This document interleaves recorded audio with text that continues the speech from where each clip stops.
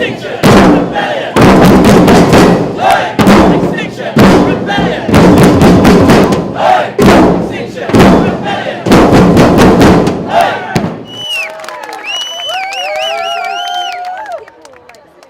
We love you!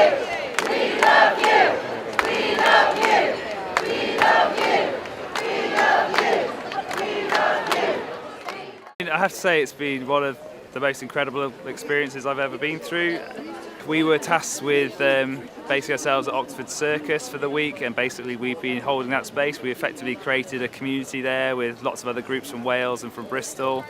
But we've had so many great conversations with the public in London, and the overwhelming number of those have been so positive about what we're doing. We've had so many messages of support from people just coming up to us saying just thank you so much for what you're doing, and people who've said thank you so much for creating this amazing space in Oxford Circus where there's no traffic, there's no air pollution.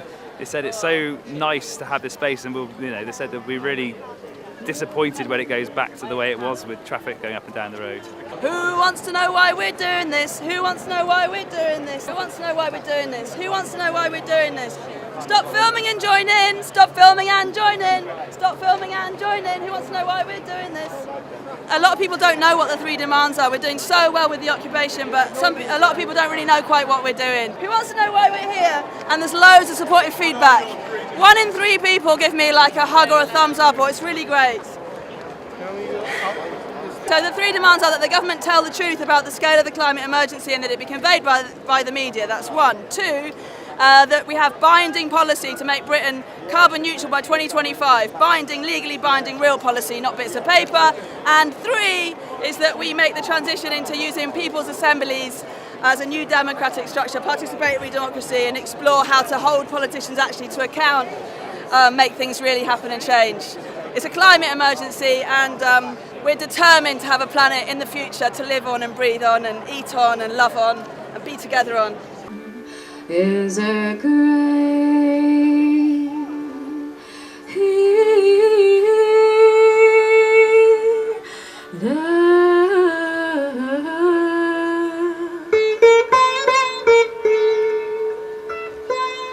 in time, all we do is fall.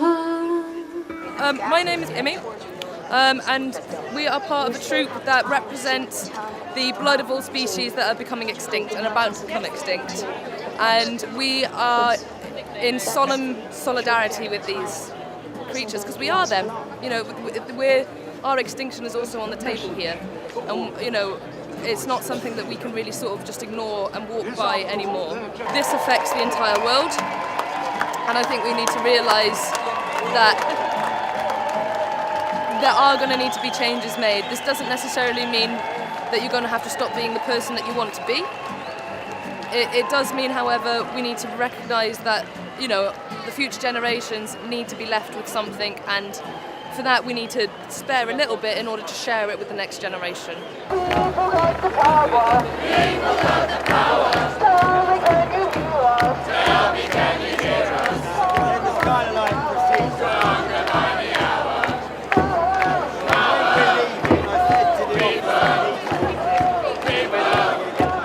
I've been living under the boat for 3 days, and I was locked on, and yesterday morning they removed the barnacles from the bottom of the boat. I got arrested yesterday, and the policeman said, "And what about your footprint on how you got here?" And I said, "Well, actually I was part of an earth march who walked here, and I am doing this for all the animals that have died so far. We lose 200 species a day. If that is not a reason to take action, then I don't know what is." Right under the sun. Weird, isn't it?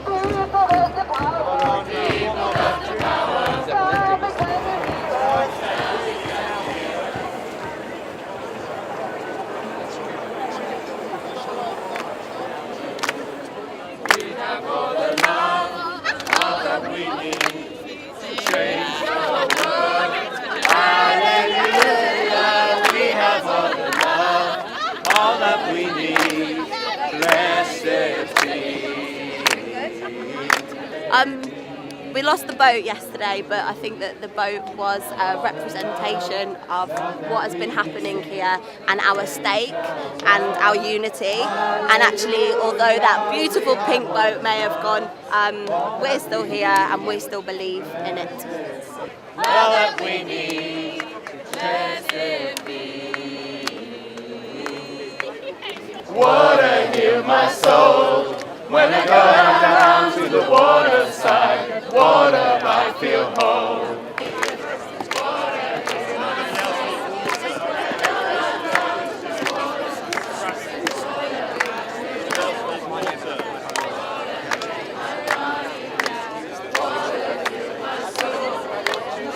I've just spent a second night on the cold tarmac to save the planet.